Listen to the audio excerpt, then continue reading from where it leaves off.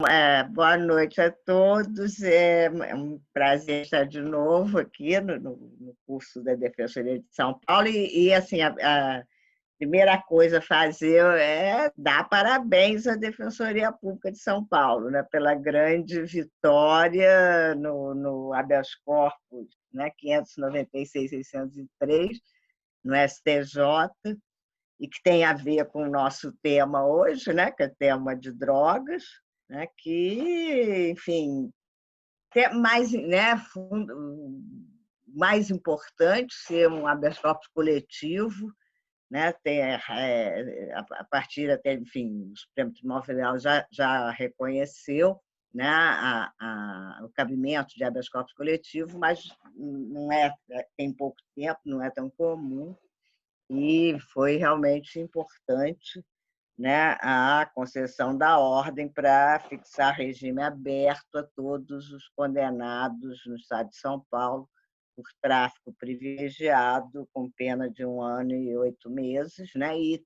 ainda também vai atingir, parece, mais de 1.000 pessoas, né, que estão indevidamente presas em regime fechado, e até mais importante do que isso, também a determinação de que daqui para frente o Tribunal de São Paulo tenha que reconhecer a aplicação de regime aberto nessas hipóteses, né, para novos condenados nessa mesma situação. Então, é uma grande vitória da Defensoria de São Paulo, que precisa ser comemorada e que veio bem a propósito do nosso tema de hoje, né, que é a proibição a determinadas drogas tornadas ilícitas, né? Eu, enfim, como já estive, né, outra vez aqui no curso e falei na ocasião que eu não, né, eu não gosto de falar assim do nada, tem que ter um texto, e embora eu não tenha exatamente um texto, mas tenho aqui um roteiro que eu vou seguir, mesmo que seja assim online, que fica meio esquisito e tal, mas é o que eu consigo fazer, né?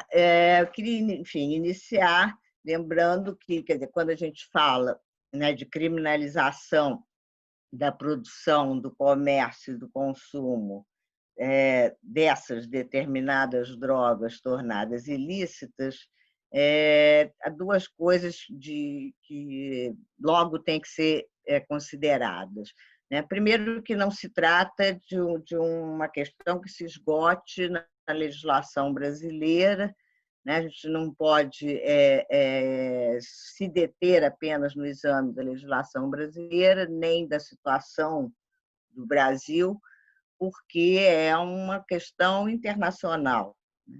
É uma questão que foi tratada e é tratada desde que surge a proibição a nível internacional. As leis nacionais seguem as convenções internacionais.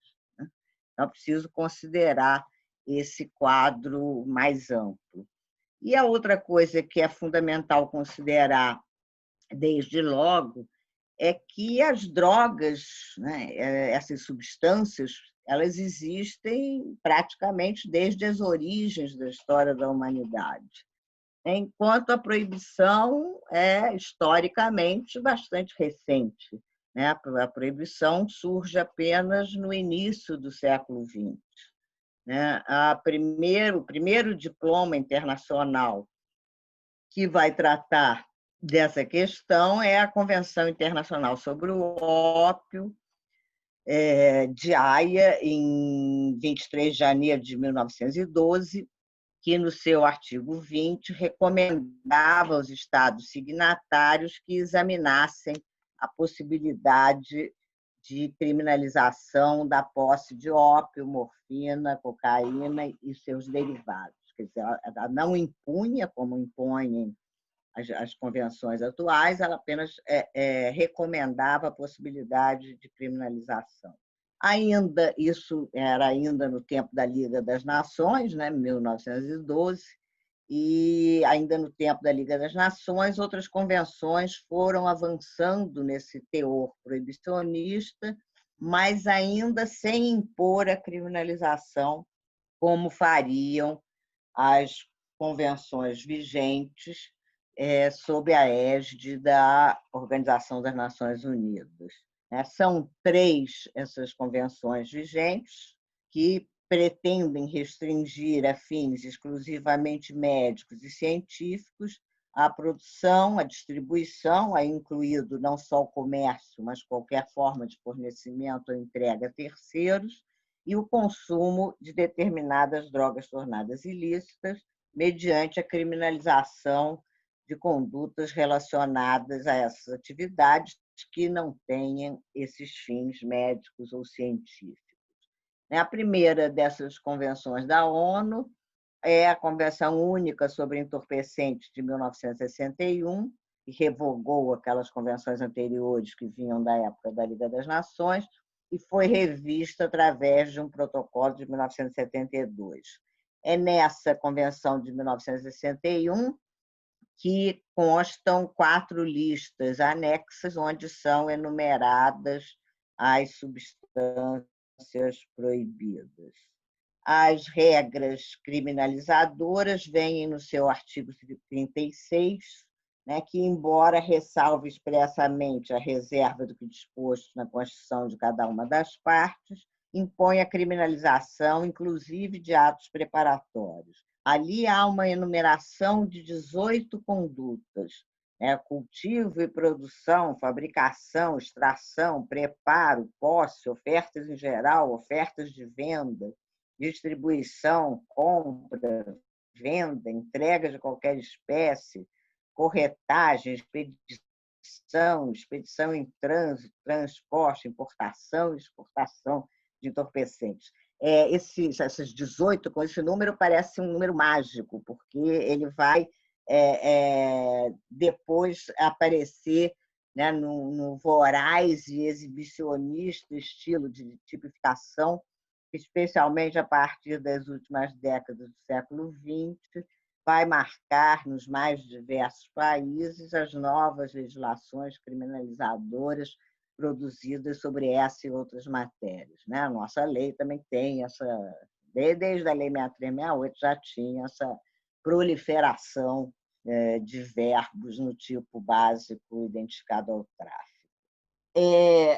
A outra, são 3 convenções vigentes, tem essa de 61, aí tem o Convênio sobre Substâncias Psicotrópicas de 1971, onde a criminalização vem nas regras do artigo 22, e esse convênio repete, em linhas gerais, o conteúdo da Convenção Única de 61. Finalmente, tem a Convenção das Nações Unidas contra o Tráfico Ilícito de Entorpecentes e Substâncias Psicotrópicas, de 1988, que é conhecida como Convenção de Viena. Foi lá que foi assinada. Essa Convenção de 88 aprofunda a escala repressiva, nitidamente se inspirando na política de guerra às drogas, que foi introduzida na década anterior, foi em 1971, nos Estados Unidos, o ex-presidente Richard Nixon declara formalmente uma guerra às drogas, e política essa que é intensificada nos anos 80 do século XX, especialmente no governo do presidente nos Estados Unidos, especialmente do governo do presidente Reagan. Essa declaração de guerra às drogas acaba se espalhando por todo o mundo e inspirando o maior rigor repressivo que é traduzido nessa Convenção de 1988. A ênfase na repressão já vem no próprio título. Os 2 anteriores, 61 e 71, eram sobre entorpecentes, a Convenção Única sobre Entorpecentes, ou Convênio sobre Substâncias Psicotrópicas. Agora, na Convenção de 88, é contra o tráfico ilícito de entorpecentes e substâncias psicotrópicas. Outro indício também de ênfase na repressão é a colocação dos dispositivos criminalizadores.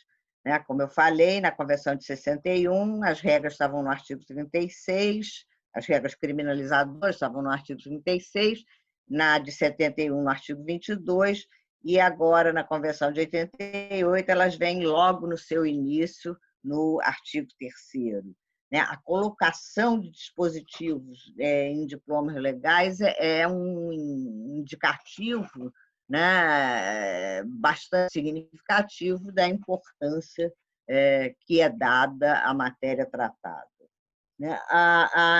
Além disso, a flexibilidade que se poderia vislumbrar na Convenção de 61 aqui é afastada. Né?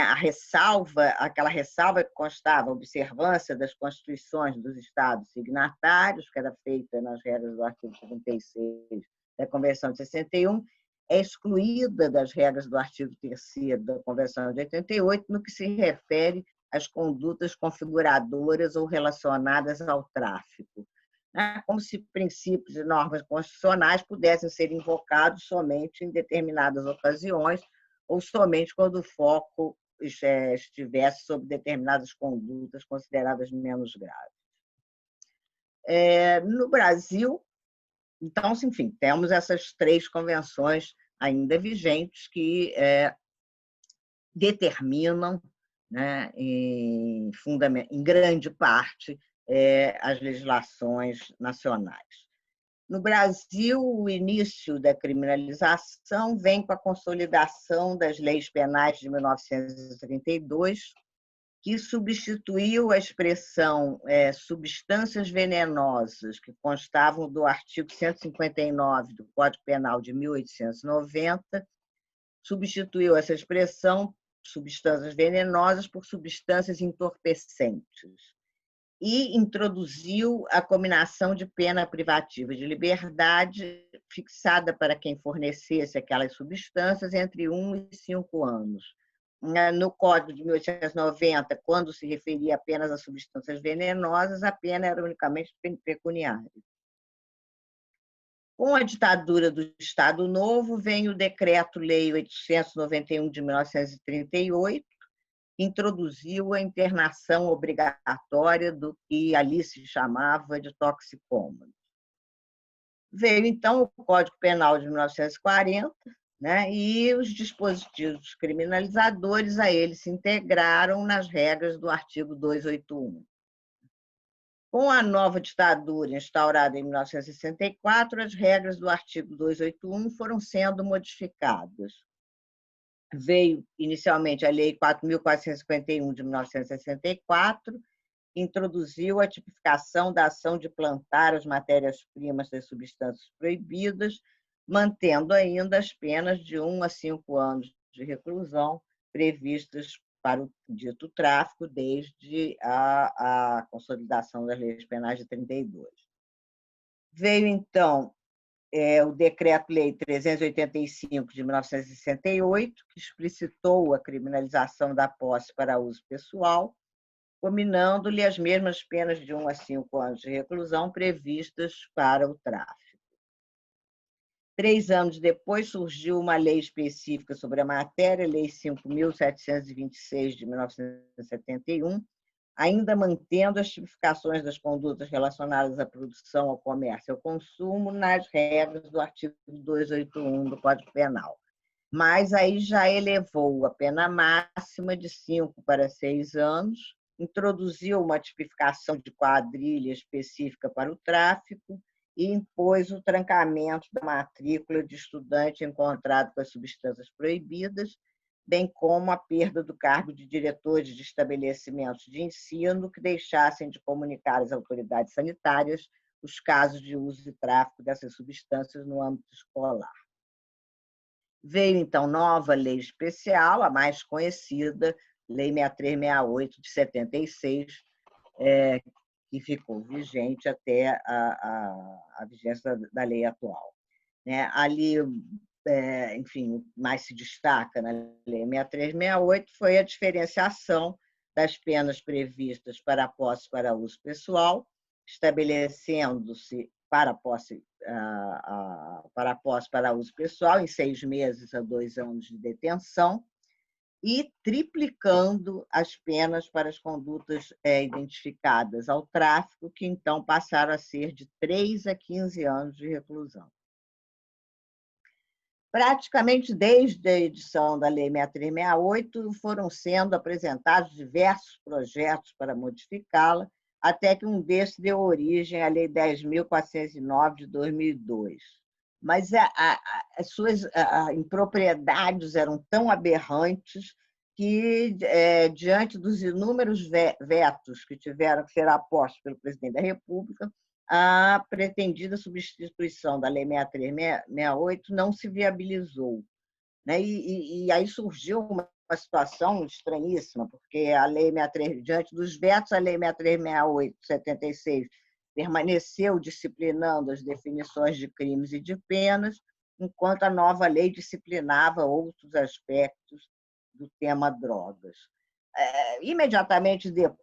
Quase imediatamente depois, né, dessa Lei 10.409 de 2002, já foi apresentado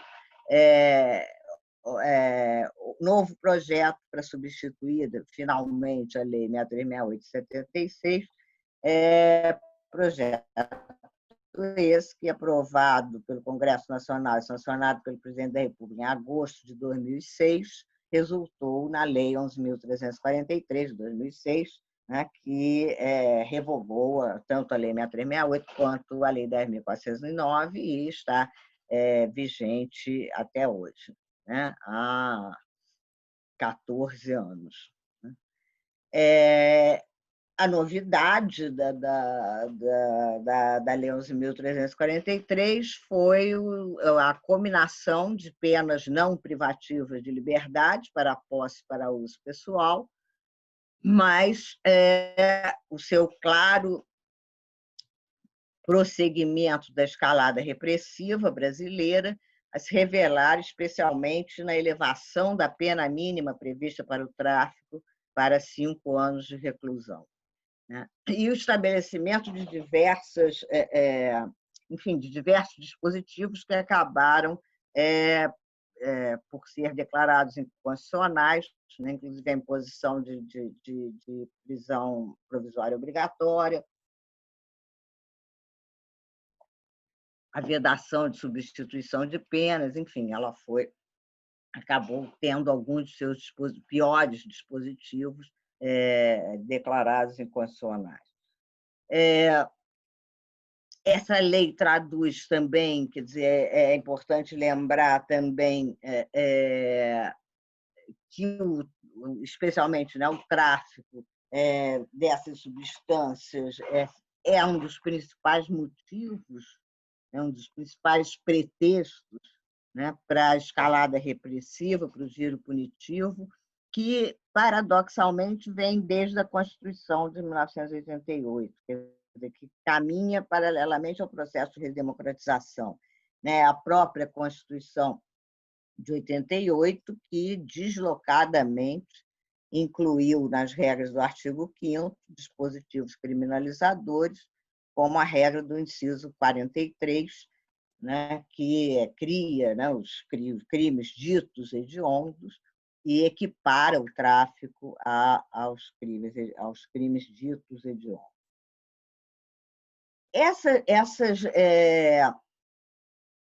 Tanto a lei brasileira, né, como as convenções internacionais, né, e a lei brasileira, como eu disse, e como leis dos demais Estados nacionais, refletem o que dispõem as convenções da ONU.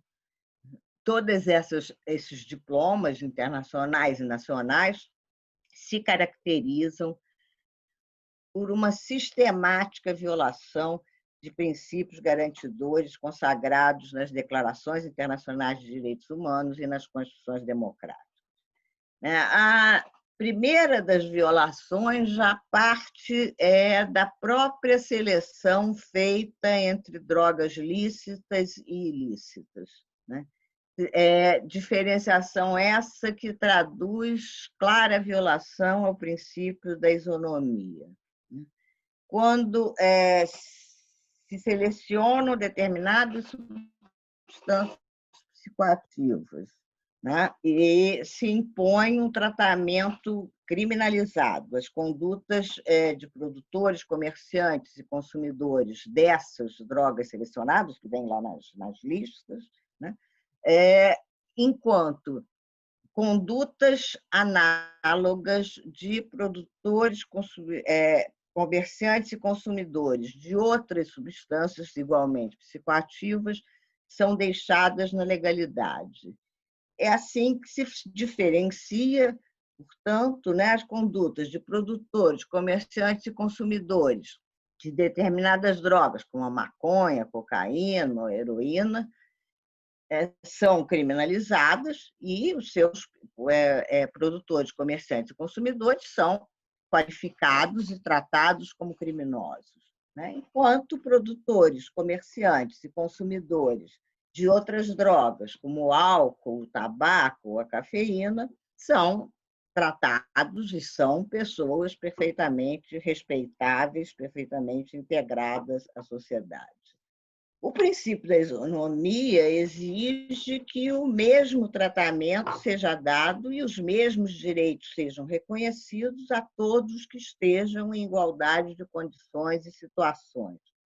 O tratamento diferenciado só é admissível quando a diferença seja efetivamente relevante. Quer dizer, evidentemente que não existem duas situações tão iguais que não possam ter alguma distinção, nem situações tão diferentes que não tenham algum denominador comum que não possam ser equiparadas. Por isso que, enfim, na consideração da isonomia, há que se ver, né, não é qualquer distinção entre as situações ou as pessoas que estaria a autorizar a discriminação. É preciso, para haver um tratamento diferenciado, é preciso que haja uma diferença relevante entre essas condutas consideradas, ou uma peculiaridade da conduta considerada. No caso das drogas, não há nenhuma peculiaridade, nem qualquer diferença relevante entre as arbitrariamente selecionadas drogas tornadas ilícitas e as demais drogas que permanecem lícitas. Todas são substâncias que provocam alterações no psiquismo e que podem gerar dependência e causar doenças físicas e mentais. Todas são perigosas, todas são potencialmente perigosas e viciantes. Todas são drogas. Os seus efeitos, mais ou menos danosos, dependem muito mais da forma como quem as usa ou se relaciona com elas do que da sua própria composição. Uma droga mais potente, consumida com moderação, pode ter efeitos menos danosos do que uma droga menos potente, consumida abusivamente. Isso pode-se considerar, seja em relação a drogas lícitas como a drogas ilícitas. Quer dizer, dentro da mesma substância há algumas diferenças. Um uísque é mais forte do que uma cerveja, mas quem toma 10 garrafas de cerveja por dia ou quem toma uma dose de uísque por mês, aquele que toma 10 garrafas de cerveja por dia está tendo um uso muito mais prejudicial à saúde do que o outro que toma uma dose de uísque no mês. Da mesma forma com qualquer outra substância. A maconha, a cocaína, tabaco, enfim, todas são potencialmente nocivas. Não há uma diferença de essência entre todas essas substâncias. Então, esse tratamento desigual às condutas de produtores, comerciantes e consumidores de determinadas drogas, criminalizadas, que são tratados como criminosos, enquanto as mesmas condutas de produtores, comerciantes e consumidores de outras drogas são lícitas e os seus autores são pessoas perfeitamente respeitáveis, esse tratamento diferenciado claramente viola o princípio da isonomia. Essa, a meu ver, é a violação, a mãe de todas as violações que se podem encontrar nessa disciplina das convenções internacionais e legislações nacionais. No nosso caso, no caso da legislação brasileira, né, há ainda imediatamente se identifica uma outra violação de princípio fundamental, que é a violação ao princípio da legalidade. Né? Aqui, a criminalização é feita com o instrumento que se costuma chamar de lei penal em branco, né? Em que há uma incompletude da descrição típica,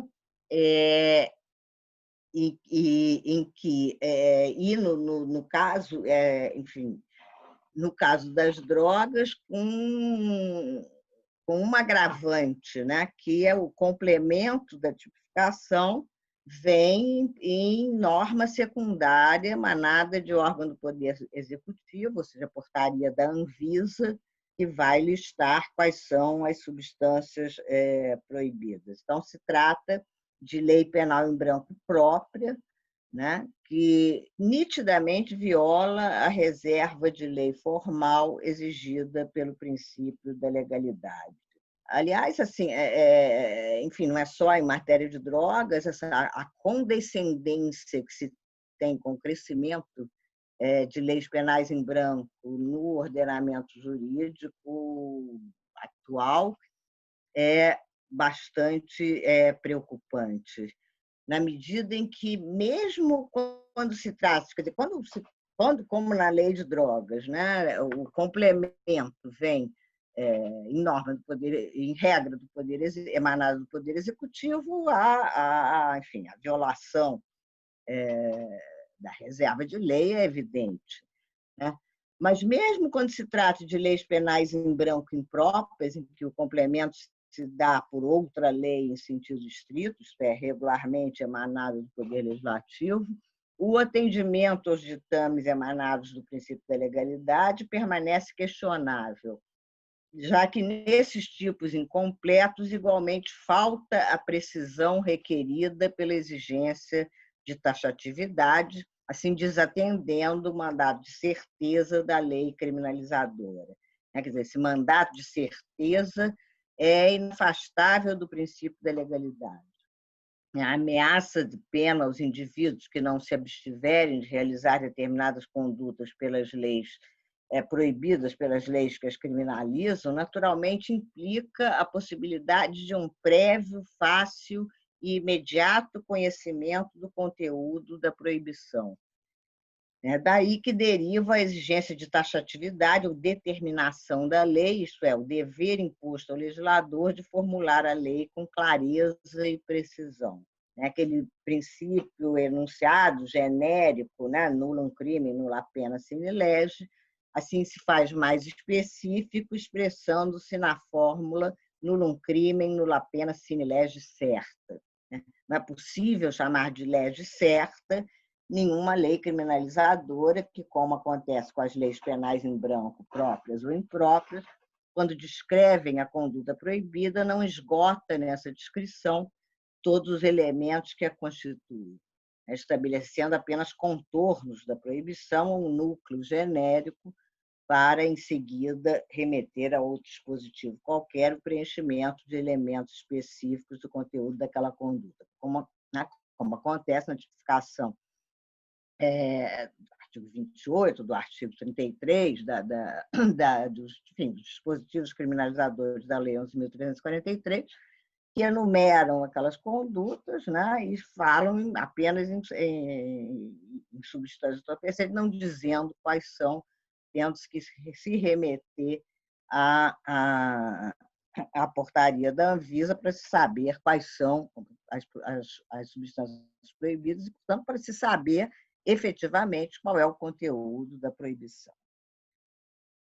Prosseguindo com as violações a princípios fundamentais, a princípios garantidores, esses dispositivos criminalizadores, seja das convenções internacionais, seja das leis nacionais, como a lei brasileira, violam ainda a exigência de ofensividade da conduta proibida, derivada do aspecto substancial da cláusula do devido processo legal, ao criarem crimes sem vítimas, seja na posse para uso pessoal, seja nas condutas chamadas de tráfico. A criminalização de qualquer conduta sempre há de estar referida a uma ofensa relevante a um bem jurídico alheio, relacionado ou relacionável a direitos individuais concretos ou a exposição deste bem jurídico a um perigo de lesão concreto, direto e imediato. Assim, só se podem proibir condutas se elas forem aptas a causar um dano, um perigo concreto de dano a um bem jurídico alheio.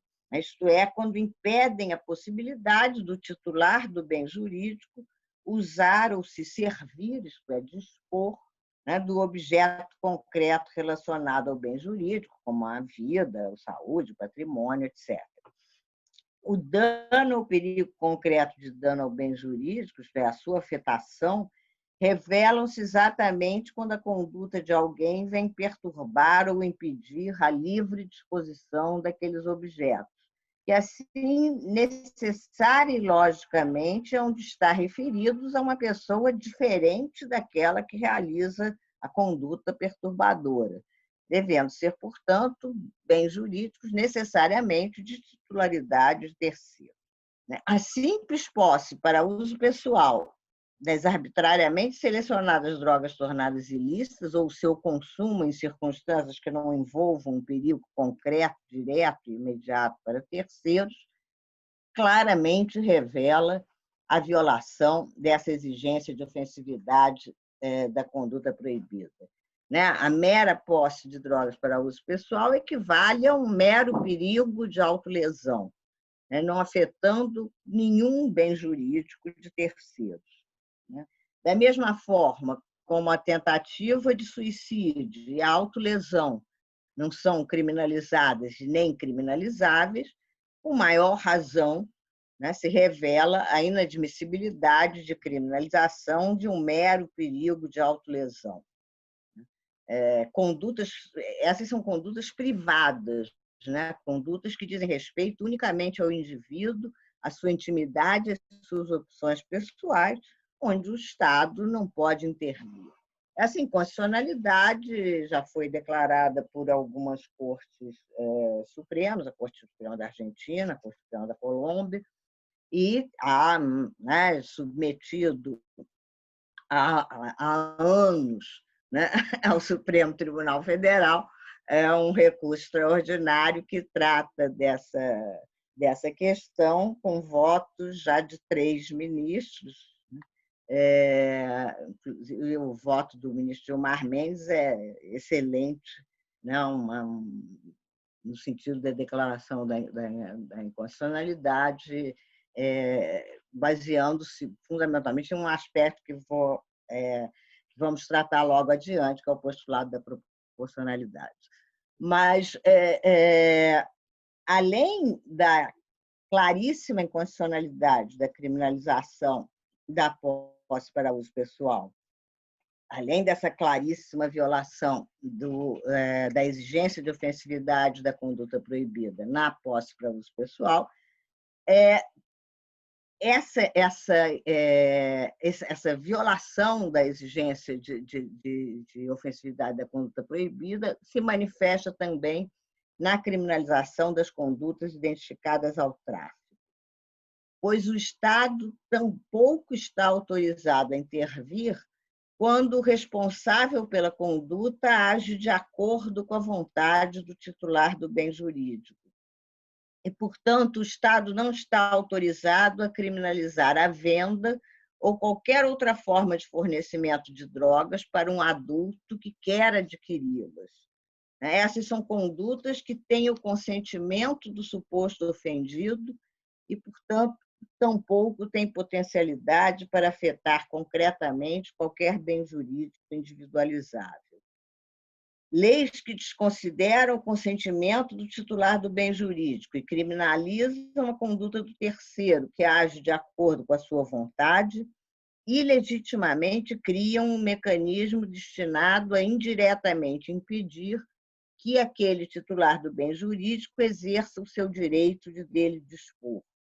A proibição de uma conduta teoricamente lesiva do direito de um indivíduo não pode servir, ainda que indiretamente, para tolher a liberdade desse mesmo indivíduo que a lei diz querer proteger.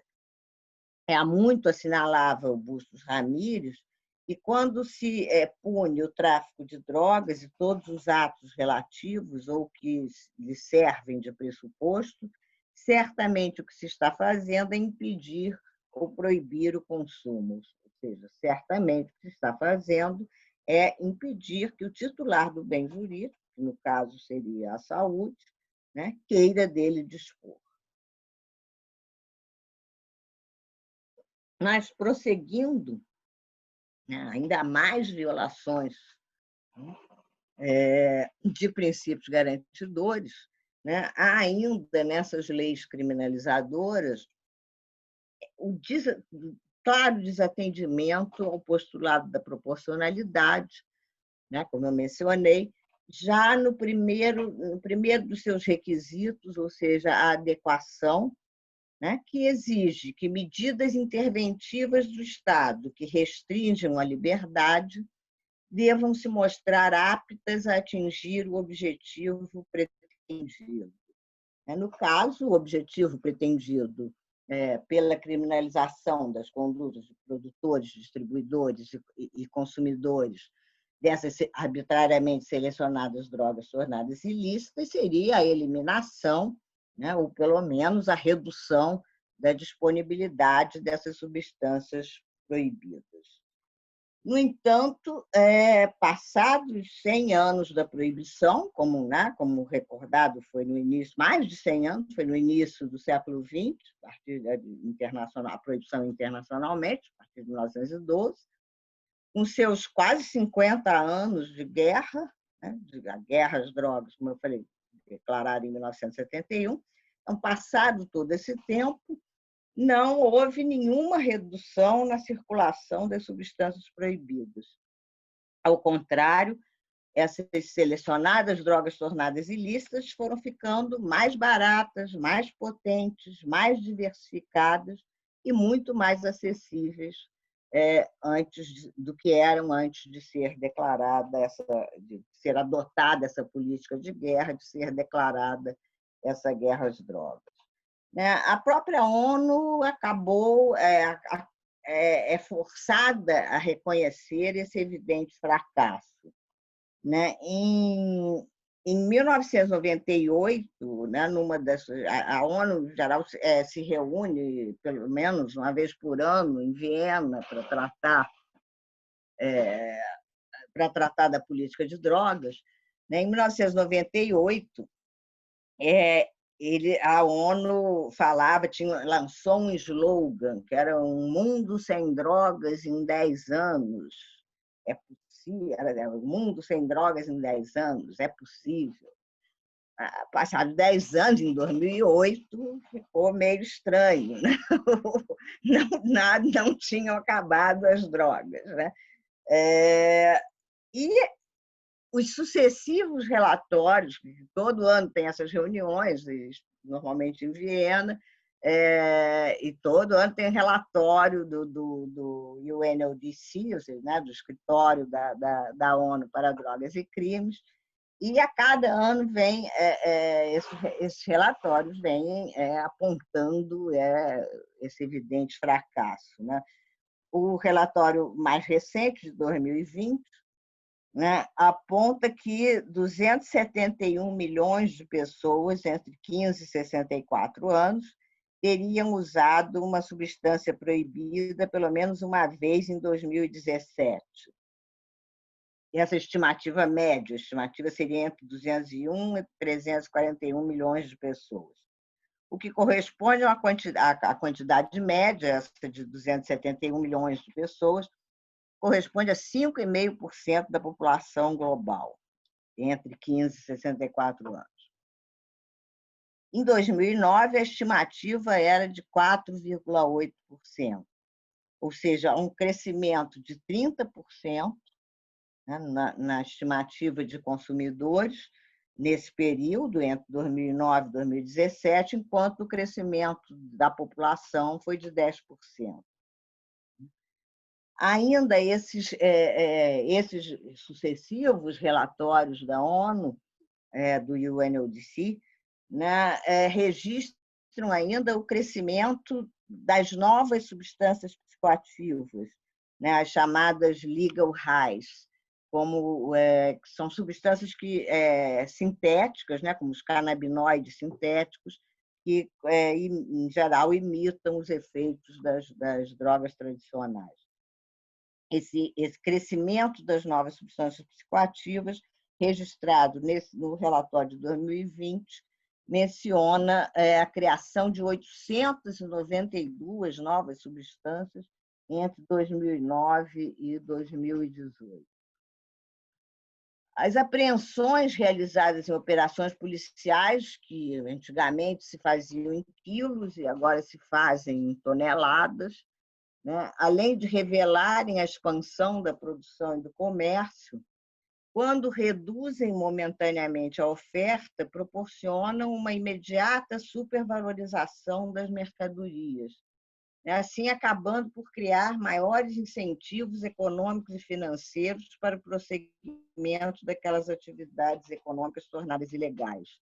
Com o tempo, os preços e a expansão do mercado, os preços acabam se reduzindo, dada a expansão dos empreendimentos, né? Mas aqueles eventuais êxitos repressivos só incentivam que mais pessoas entrem no mercado para produzir e comerciar essas substâncias. Ainda acontece que eventuais êxitos repressivos em determinado local frequentemente conduzam a um mero deslocamento geográfico dos empreendimentos ilícitos. Isso já acontece várias vezes aqui na América Latina, com deslocamentos da produção de cocaína entre a Colômbia, o Peru e a Bolívia. Ora tem mais no Peru, ora tem mais na Colômbia. Enfim.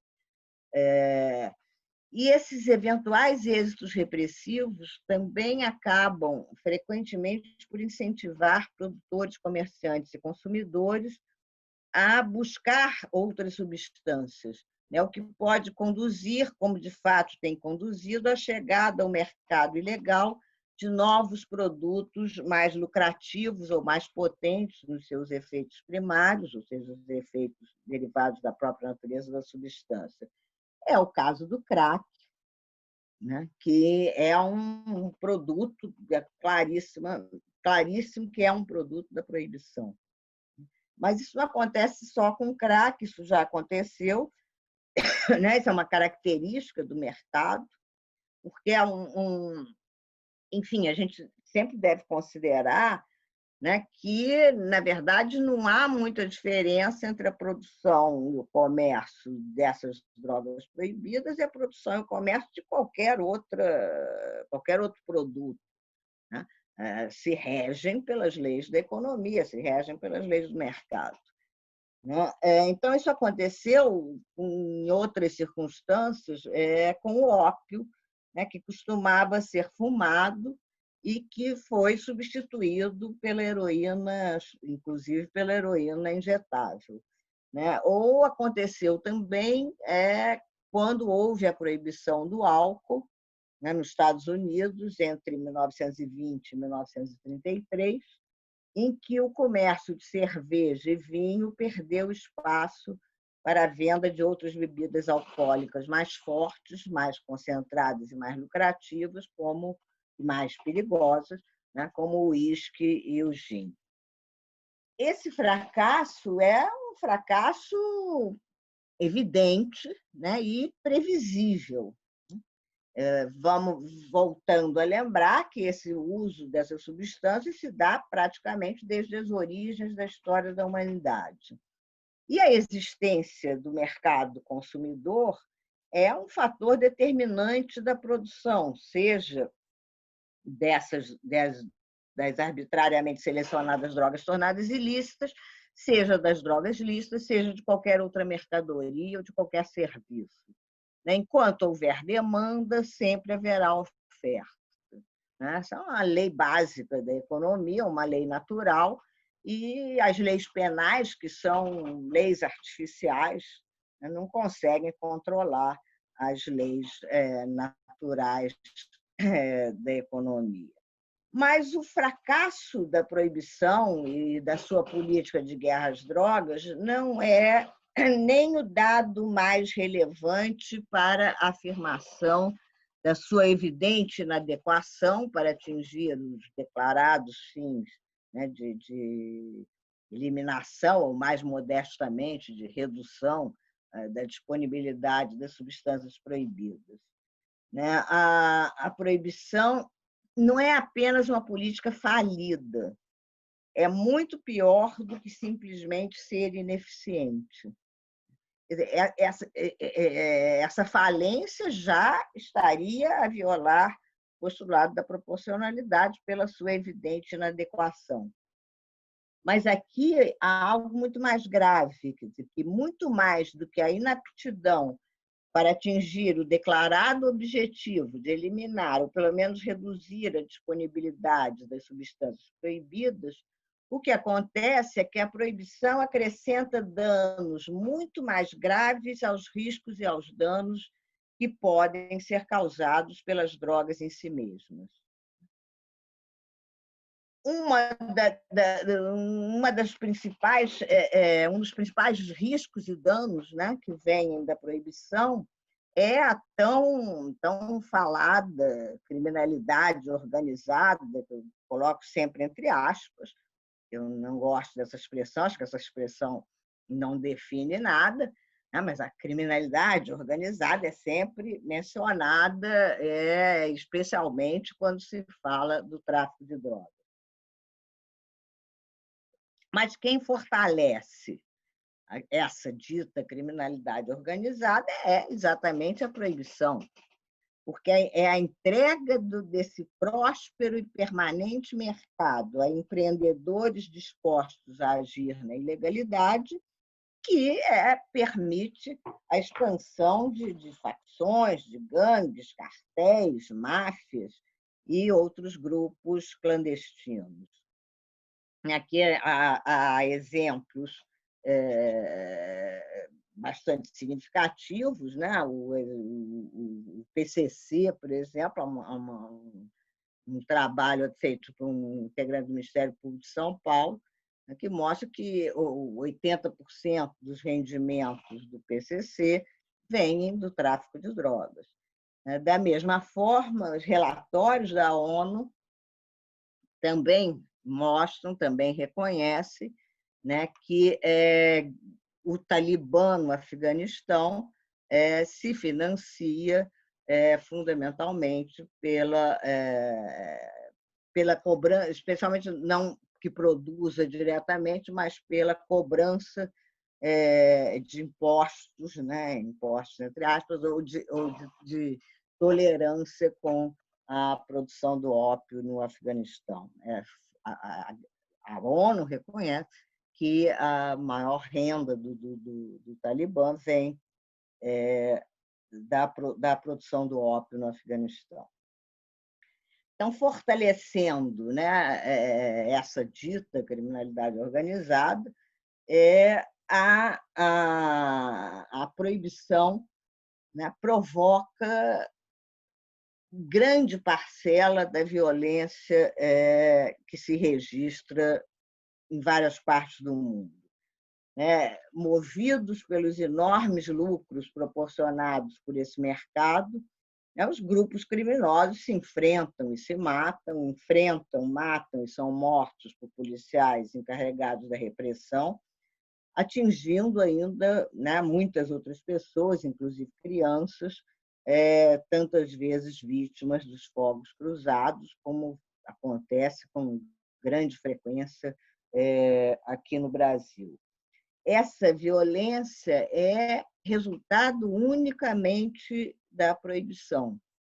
Não existem pessoas armadas, não existem conflitos armados na produção, no comércio de álcool, de tabaco.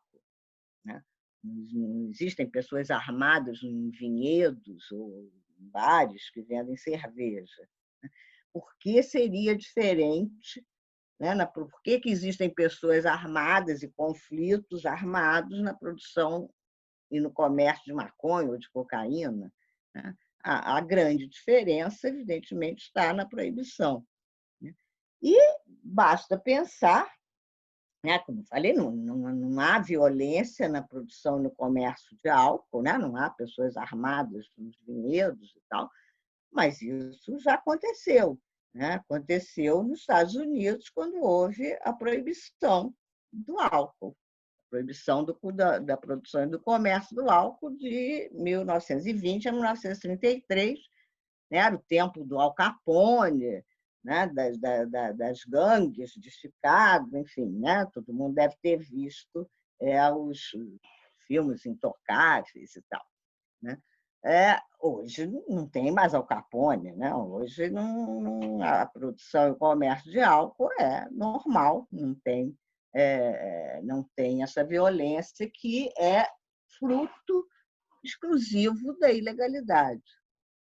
A ilegalidade impõe a violência, até porque os conflitos não têm como se resolver a não ser com a força.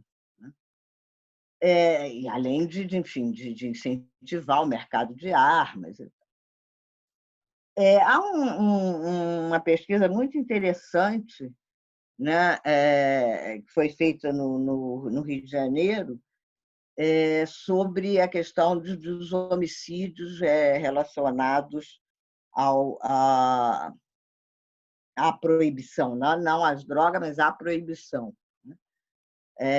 Porque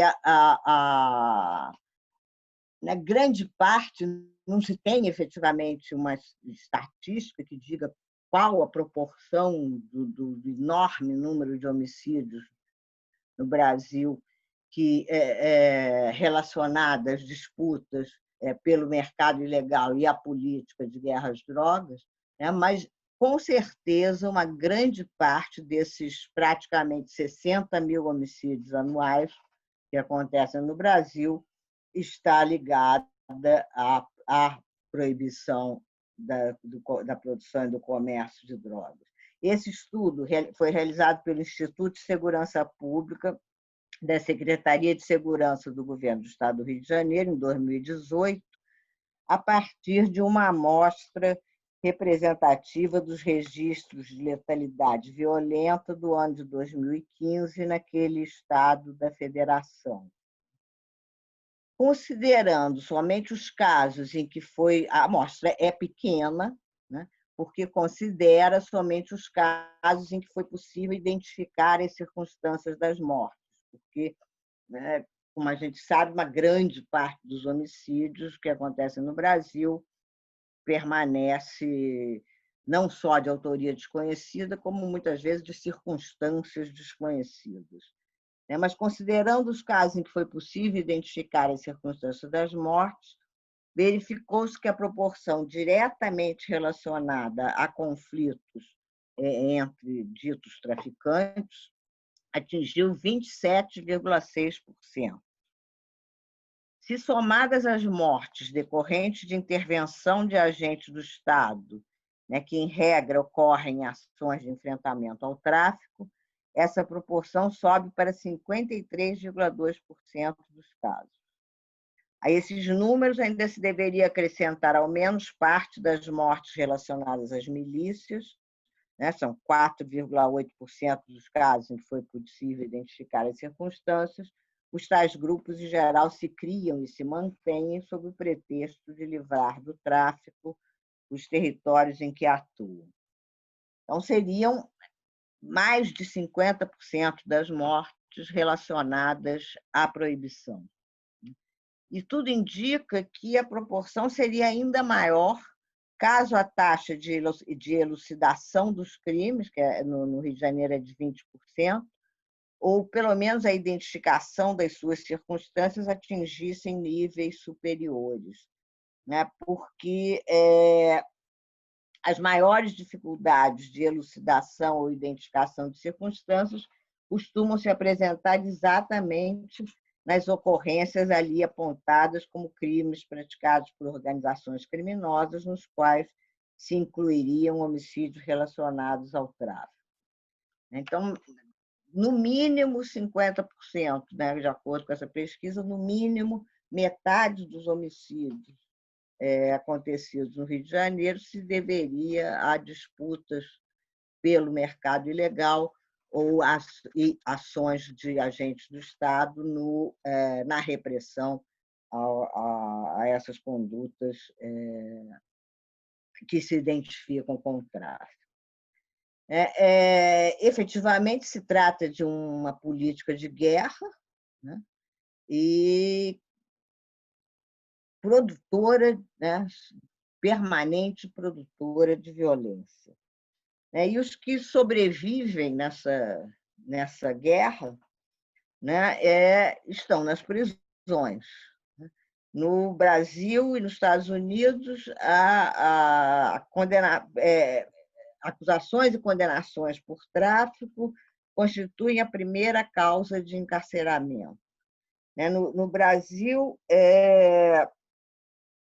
em dezembro de 2005, os presos por tráfico eram 9%. E, desde 2014, passaram a ser praticamente 28%, 28% a 30% do total dos presos. Entre as mulheres, essa proporção chega a 60%, pelo menos 60% das presas. Na Europa,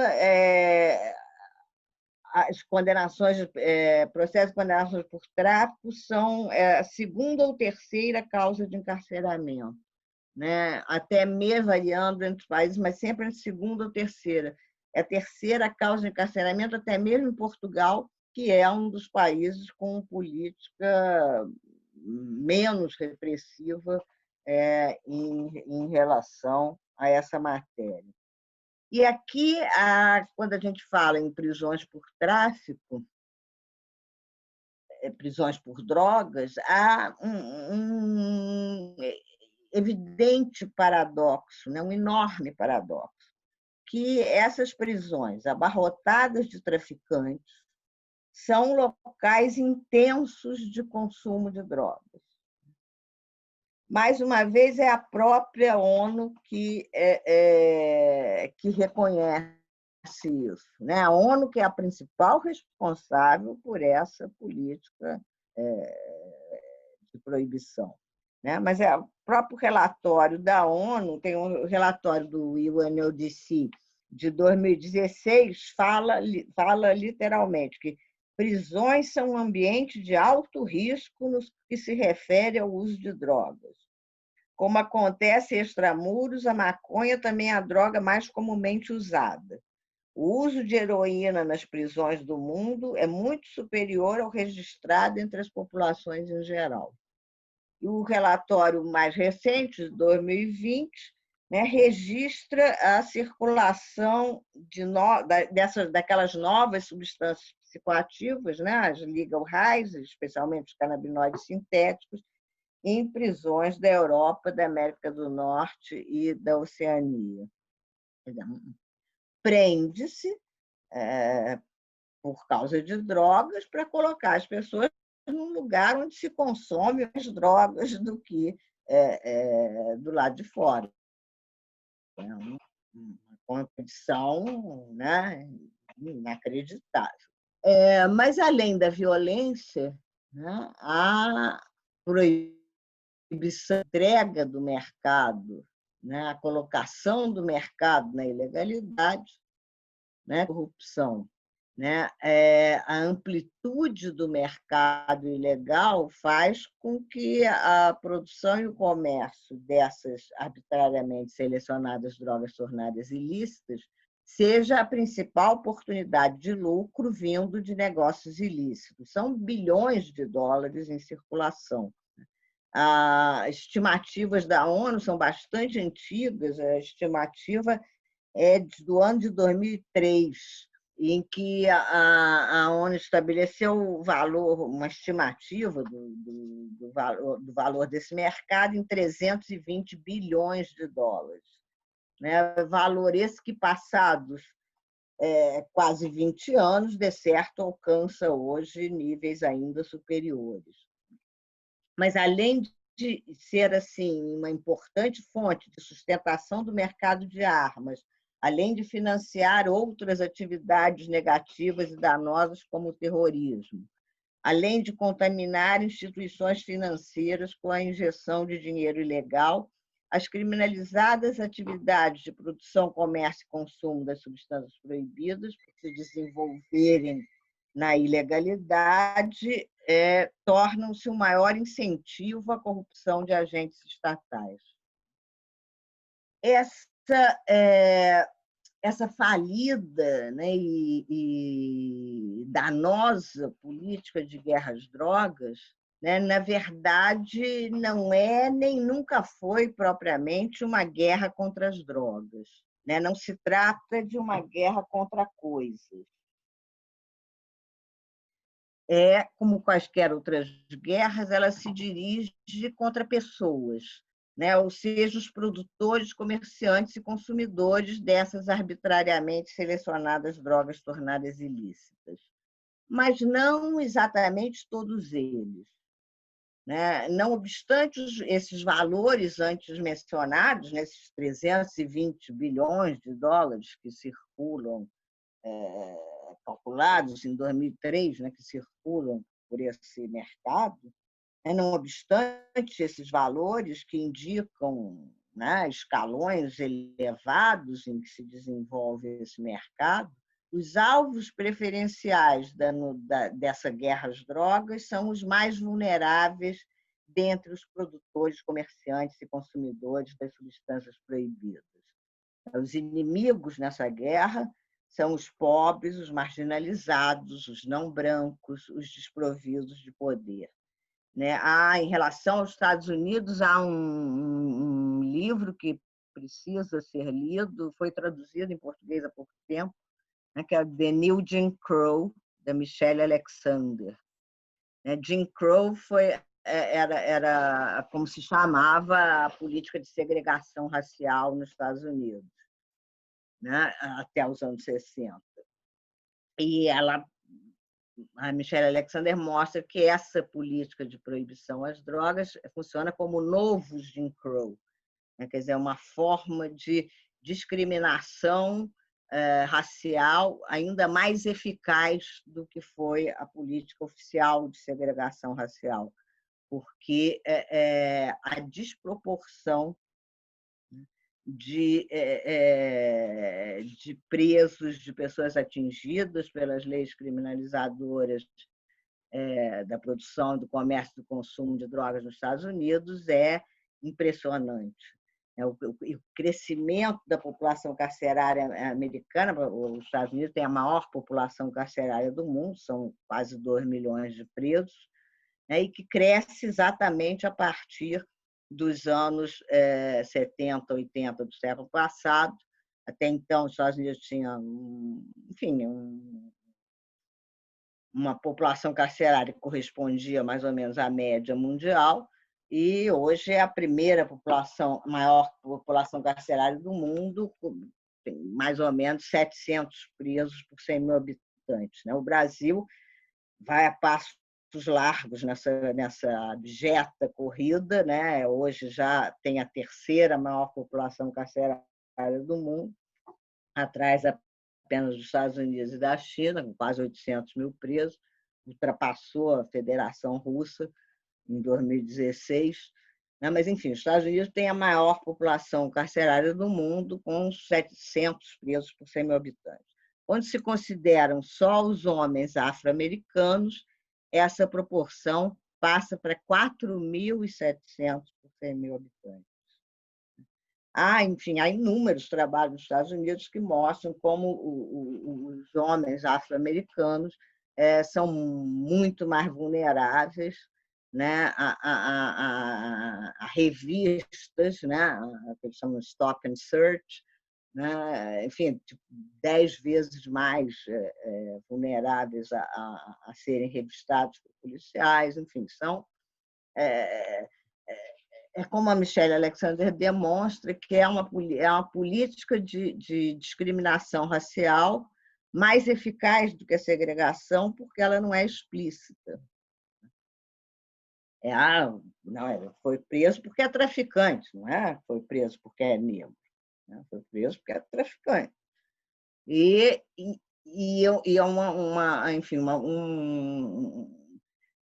como é uma atividade massiva, né? Uma atividade com um mercado, um enorme mercado consumidor e, portanto, um enorme mercado fornecedor, ela permitiu esse grande encarceramento que persiste até hoje nos Estados Unidos e que o Brasil segue a passos rápidos. A diferença de tratamento, quer dizer, evidentemente, quer dizer, basta olhar para quem está preso, né? No Brasil, enfim, aí especialmente a Defensoria Pública, né, sabe bem quem são os traficantes, né, que estão no dia a dia da justiça criminal. E o próprio habeas corpus, né, do Superior Tribunal de Justiça, o ministro relator, Rogério Schietti, ele fala claramente, né, ele coloca no voto dele, né, várias estatísticas, um trabalho feito pela Conectas também, que demonstrando quem são os presos, né, por tráfico. Né? Certamente não são, né, são os varejistas, né, os pequenos comerciantes, são os varejistas das favelas, né, que certamente não são as pessoas que manipulam esses 320 bilhões de dólares da renda desse mercado. Né? Então, essa guerra é uma guerra contra os produtores, os consumidores e os comerciantes das arbitrariamente selecionadas drogas tornadas ilícitas, mas não exatamente todos eles. Né? Os alvos dessa guerra são os mais vulneráveis dentre esses produtores, comerciantes e consumidores. Os inimigos nessa guerra são os pobres, os marginalizados, os não brancos, os desprovidos de poder. E essa sempre foi a orientação da política de proibição. Né? Antes mesmo da declaração de guerra às drogas, né, o racismo, a discriminação e os preconceitos já se mostravam na opção proibicionista, orientando as políticas chamadas antidrogas, deveriam ser melhor chamadas de antideterminadas drogas. Né? Então, essa política se orientou desde o início pelo racismo, pela discriminação e pelos preconceitos. As campanhas do início do século XX, especialmente nos Estados Unidos, que resultaram na proibição, que explicitamente vinculavam o uso das substâncias que acabaram proibidas a grupos sociais tidos como diferentes e, por isso, perigosos. Nos Estados Unidos, foi explícita a associação do ópio aos imigrantes chineses, né, que trabalhavam especialmente nas ferrovias, especialmente na Califórnia. A cocaína foi associada aos negros e a maconha aos imigrantes mexicanos. Então, essa é uma política efetivamente voltada, né, contra apenas os pequenos comerciantes e produtores dessas substâncias. E são eles que são mortos e que são os que sobrevivem, que estão presos, né? E que são facilmente substituíveis toda vez que são mortos ou são presos. Mas, além de provocar violência, né, além de matar, além de provocar desigualdade, discriminação, essa política proibicionista causa ainda maiores riscos e danos à saúde, que é usada como pretexto, né, para a proibição. Quer dizer, aqui se tem outro paradoxo, né, com a irracional decisão de enfrentar o que seria um problema de saúde com o sistema penal. O que acontece é que o Estado acaba por agravar esse próprio problema de saúde. A produção e o comércio, colocados na ilegalidade, se fazem sem qualquer controle de qualidade, né, sem qualquer informação ao consumidor, né, podendo os produtores e comerciantes misturarem outras substâncias, às vezes ainda mais nocivas, né, aquelas substâncias que são vendidas.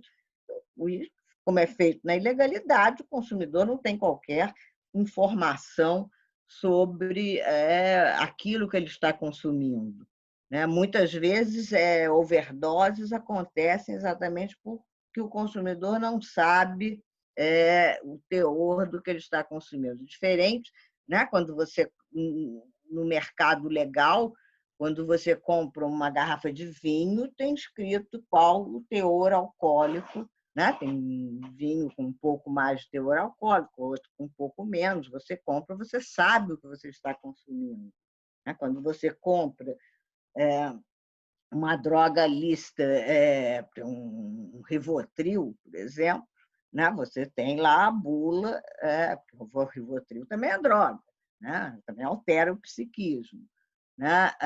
Mas você tem a bula dizendo lá tudo, né? Especificando todo. No mercado ilegal isso não existe, né? O que, evidentemente, causa muito maiores riscos à saúde, né? Além disso, a ilegalidade sugere, né, um aproveitamento imediato de circunstâncias que evitem a descoberta do consumo, que muitas vezes se dá em situações de falta de higiene, facilitadoras da propagação de doenças, né? Ainda as dificuldades de assistência e de tratamento, né, seja pela de busca, né, de assistência e de tratamento, seja pela revelação de uma conduta ilícita, muitas vezes inibe a procura do tratamento, seja pelos ditos tratamentos compulsórios, que, além de não funcionarem, violam a liberdade, né? E outros tratamentos que muitas vezes exigem abstinência, né? Que muitas vezes não funciona, ao contrário dos tratamentos de redução de danos, que ainda são vistos, né? Ainda não são o tratamento fundamental, né? O tratamento principal oferecido pelo sistema de saúde. Essa revelação de uma conduta ilícita na busca de assistência e tratamento também, muitas vezes, é a causa de overdoses, né, de mortes por overdose, em que os companheiros da pessoa que está tendo a overdose têm dificuldade de chamar, de pedir socorro, de chamar os serviços de saúde, com medo de revelar a prática da conduta proibida. Ainda a proibição cria toda uma fantasia e uma dificuldade de diálogo com adolescentes, onde o consumo é mais preocupante, né? É mais difícil que o adolescente fale de uma conduta considerada como ilícita, né? E, enfim, esse pretexto da saúde, na verdade, é um falso pretexto quando que constitui, como eu falei, mais um evidente e absurdo paradoxo, que é o de se pretender resolver um problema de saúde criando maiores riscos e danos a essa própria saúde que se diz pretender proteger. Além disso, a proibição ainda causa danos ambientais, né, e vem causando sérios danos ambientais, seja diretamente através da erradicação manual das plantas proibidas, ou pior, né, com fumigações aéreas de herbicidas sobre áreas cultivadas, como aconteceu aqui nos Andes, né, seja indiretamente, né, pelo desflorestamento das áreas atingidas, levando produtores a desflorestar novas áreas para o cultivo, geralmente em ecossistemas ainda mais frágeis. E como acontece com o comércio, da mesma forma, a falta de controle da produção, por ser feita na ilegalidade, também incentiva que os produtores atuem sem qualquer cuidado ao ambiente. A principal preocupação do produtor na ilegalidade é esconder a sua atividade e não a preocupação com o ambiente. Parece, portanto, para chegar a concluir, já estou falando aqui há horas,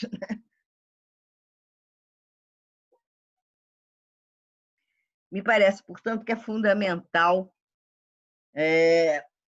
repudiar essas legislações proibicionistas, né, para modificar essas convenções internacionais e as leis nacionais, para legalizar e, consequentemente, regular e controlar a produção, o comércio e o consumo de todas as drogas. A legalização é fundamental, né, para pôr fim a essa política sanguinária, essa política nociva, essa política que causa violência, essa política que causa maiores danos à saúde, que causa danos ao ambiente, essa política que se baseia em sistemáticas violações a princípios garantidores de direitos fundamentais.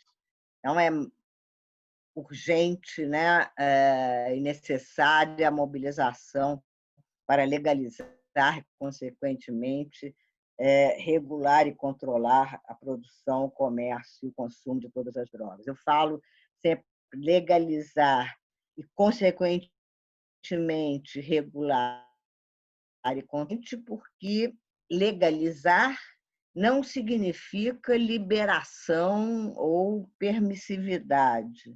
Legalizar significa exatamente regular e controlar, o que hoje não acontece, pois um mercado ilegal é necessariamente desregulado e descontrolado.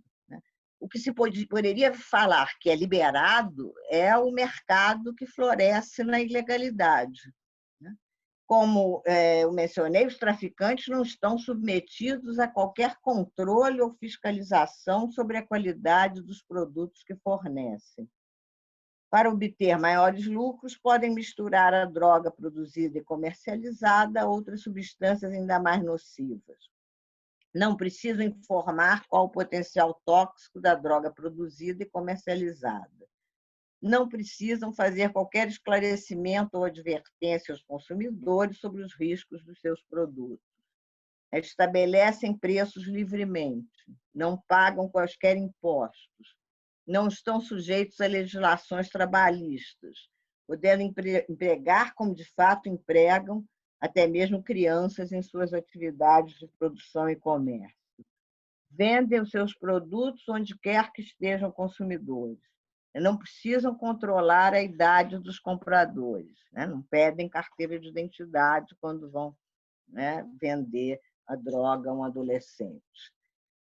Isso sim pode ser chamado de um mercado liberado. Isso é liberação. A legalização é regulação e controle. Uma das coisas, né, que é alegada contra a legalização é um medo que as pessoas têm que legalizando haveria um aumento incontrolável do consumo, né? Isso não, ainda que houvesse um aumento do consumo, seria melhor seria menos ruim, né, do que a violência, do que todos os danos provocados pela proibição. Mas, de qualquer maneira, não há qualquer indicação concreta de que possa acontecer essa explosão do consumo. Eu costumo brincar quando, às vezes, alguém fala isso, você está só esperando a legalização para começar a cheirar cocaína? Não, eu não. Assim como você não, a maioria das pessoas também não está esperando a legalização. Quem quer consumir já consome, né? Como se viu, são 300 milhões de pessoas em todo o mundo, né? Mas enfim, há pesquisas, foi feita uma pesquisa nos Estados Unidos do ZOGBI, que seria equivalente ao IBOP, né? Em que entrevistadas pessoas, mais de 90 e poucos por cento disseram que não passariam a usar cocaína se fosse legalizado. E dados como os fornecidos pelos relatórios anuais do Observatório Europeu da Droga e da Toxicodependência reiteradamente demonstram que o maior ou menor consumo de drogas não é determinado pelo maior ou menor rigor de legislações. Os dados do Observatório Europeu comparam números de estimativas de consumo entre os diversos países da Europa, que têm, né, leis bastante diferentes, uns mais, outros menos rigorosos, e não há nenhuma correlação entre maior e menor consumo com legislações mais ou menos rigorosas. As experiências concretas, né, no sentido da legalização, uma experiência concreta que a gente tem é a experiência antiga do álcool nos Estados Unidos, né, depois da legalização em 1933, em que não houve nenhuma explosão de consumo, o consumo ficou mais ou menos estável antes, durante e depois da proibição, né? As variações não foram significativas. Mas experiências concretas, ainda tímidas, né, mais recentes, não provocaram qualquer dos efeitos negativos tão temidos pelos que insistem em acreditar na falida, irracional e danosa política proibicionista. A descriminalização da posse para uso pessoal de todas as drogas em Portugal, né, desde o ano 2000, Portugal, um dos países, nesses relatórios do Observatório Europeu da Droga e da Toxicodependência, Portugal é um dos países de menores índices de consumo dentro da Europa. Também a tolerada venda e o consumo de derivados da cannabis, né, maconha e haxixe, nos coffee shops holandeses, também não tem grande repercussão, aumentou muito o turismo na Holanda, não o consumo de maconha e de outras drogas. E a legalização, né, da produção, do comércio e do consumo de maconha no Uruguai, no Canadá e em 9 estados norte-americanos, né, no Colorado, Washington, Oregon, Alasca, Califórnia, Massachusetts, Nevada, Maine, Michigan e Illinois. Né? Todos esses, os 8 primeiros, todos através de referendos, né? E no Illinois, através de projeto de iniciativa do Legislativo. Né?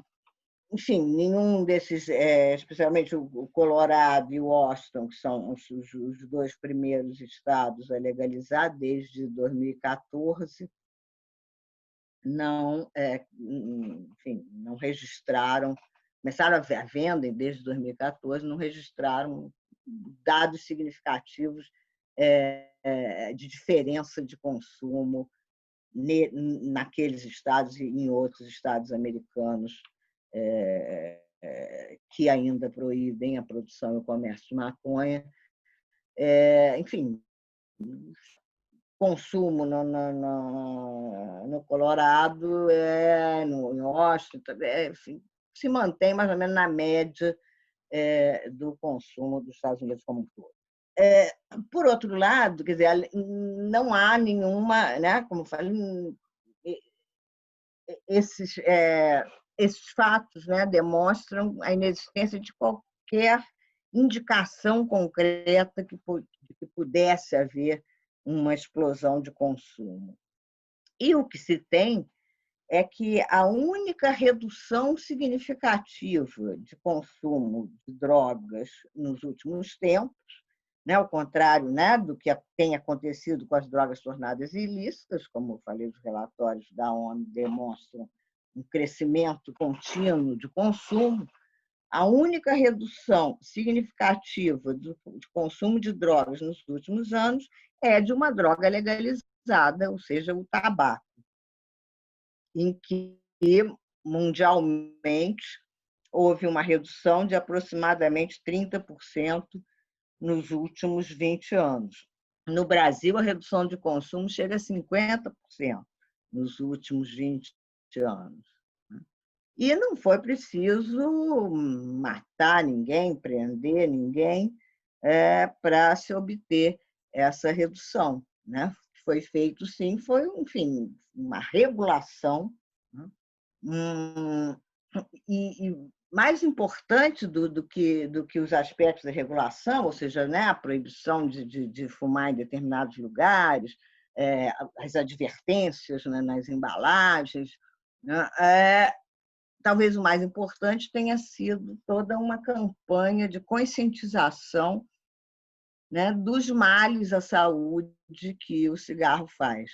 Esse é o ponto mais importante para se poder efetivamente chegar a uma redução no consumo dessas substâncias.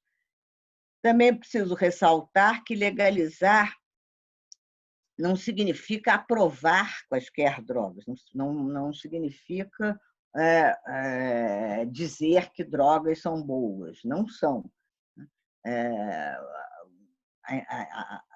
O fato de drogas serem potencialmente perigosas, né, de poderem efetivamente fazer mal à saúde, é uma das razões pelas quais é importante legalizar, né, porque é preciso que essas atividades que vão continuar existindo, queiramos ou não, né, existem, como eu falei, desde as origens da história da humanidade, vão continuar existindo. É preciso que essas atividades se façam à luz do dia para poderem ser reguladas e controladas. Então, legalizar é apenas uma decisão racional para pôr fim aos maiores riscos, danos e sofrimentos causados quando essas substâncias são objeto da proibição. A repressão, o emprego de forças policiais, o sistema penal, a guerra, não são a maneira adequada para conter o desejo de usar drogas. Usar ou não usar drogas, sejam as hoje ilícitas, como a maconha, a cocaína, a heroína, sejam as lícitas, como o álcool, o tabaco, essa é uma questão a ser enfrentada a partir de informações, de educação, né, de princípios e valores, de conscientização sobre o potencial destrutivo dessas substâncias, né, como aconteceu em relação ao tabaco. Esses, sim, são meios eficazes e humanos.